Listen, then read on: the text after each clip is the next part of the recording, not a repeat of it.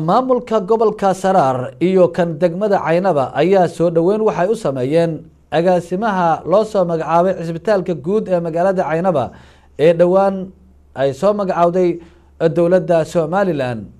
wariyaha Somali Channel Maslax Suleeban ayaa warkan ka soo diray magaalada Caynaba. munaasabad ballaaran oo lagu soo dhaweynaya agaasimaha cusub ee cisbitaalka Caynaba Cabdiraxmaan Axmed Faarax Garajaasan ayaa saaka ka qabsoontay barxadda hore ee cisbitaalkani waxaana munaasabadani ka soo qayb galay maamulka gobolka kan degmada xildhibaano ka tirsan xildhibaanada golaha deegaanka ee degmada Caynaba cuqaal iyo waxgarad ka soo jeeda gobolka Saraar qaar ka mid ah shaqaalaha ka howlgala cisbitaalka guud ee magaalada Caynaba sidoo kale waxa goobta ay xafladan ka dhacday wuxuu dhaafiyay boqolaal dadweynaha kuwaas oo u dabaaldegaya xilka cusub ee loo magacaabay Cabdiraxmaan Axmed Faarax Garajaasan agaasimaha cusub ee loo soo magacaabay xilkaasi waxaana ugu horeyntii munaasabadani ka hadlay maayirka degmada Caynaba ahna gudoomiyaha golaha deegaanka ee degmada Caynaba Faysal Axmed Jaamac waxaanu ka sheekeeyay waayo aragnimada iyo khibradda ku duugan agaasimaha cusub ee loo soo magacaabay cisbitaalka Caynaba Cabdiraxmaan Axmed Faarax Garajaasan waxaanu kula dardaarmay inuu sii laba jibaaro isla markaana uu sii xoojiyo shaqadii uu hore ugu adeegi jiray bulshada gobolka Saraar qaar ka tirsan xildhibaanada golaha deegaanka Caynaba iyo waxgaradkii ka soo qayb galay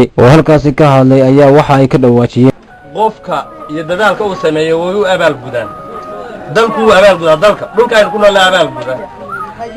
qofku hadduu daacad ugu shaqeeyo u dadaalo shaqada aad qabatay dadaalka aad ku qabatay hadaad u samirto iyada ku abaal gudaa waxay kugu abaal guday maanta inaad noqoto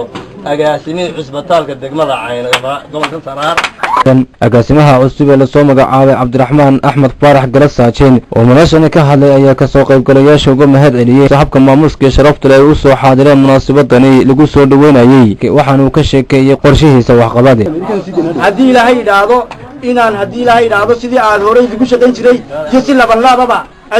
Axmed Cali Nuur gudoomiyaha gobolka Saraar oo munaasabadani soo afjiray ayaa agaasimaha cusub kula dardaarmay inuu dadaal la yimaado isla markaana uu dheeraariya habeen uu ka fakaro habka cisbitaalkan uu horumari lahaa bulshada ku dhaqan magaalada Caynaba iyo guud ahaan gobolka Saraar u heli lahaayeen adeeg hufan oo dhinaca caafimaadka ah sidoo kalena waxa uu baaq u diray wasaaradda caafimaadka kaas oo ku aadanaa horumarka cisbitaalka dhanka kale waxa habeenkii xalay ka curtay magaalada Caynaba ee xarunta gobolka Saraar roob la xalay kaas ay si weyn ugu diirsadeen bulshada ku dhaqan magaalada Caynaba roobkana wax qasaare geysay marka laga yimaado hakad uu galiyay socodka gaadiidka ka qowlay istaajiidka waaweyn ee isku xidha magaalada Caynaba sidoo kale warar laga soo gaaray deegaano ka tirsan gobolka Saraar ay kamid yihiin deegaamada Ballaaris iyo Hakadiyaal ayaa uga soo waramaya in sidoo kale roobkana xalay toonasi lixaad uga da'ay Maslax Suleeban sida Koronto telefishinka caalamiga ee Somali Channel Caynaba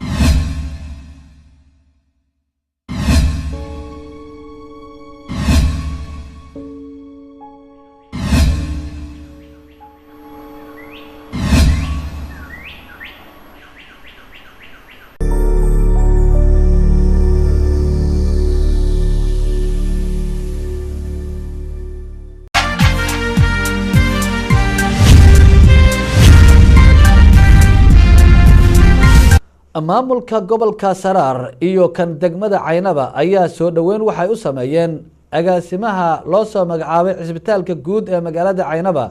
ee dhawaan ay soo magacawday dawladda Somaliland.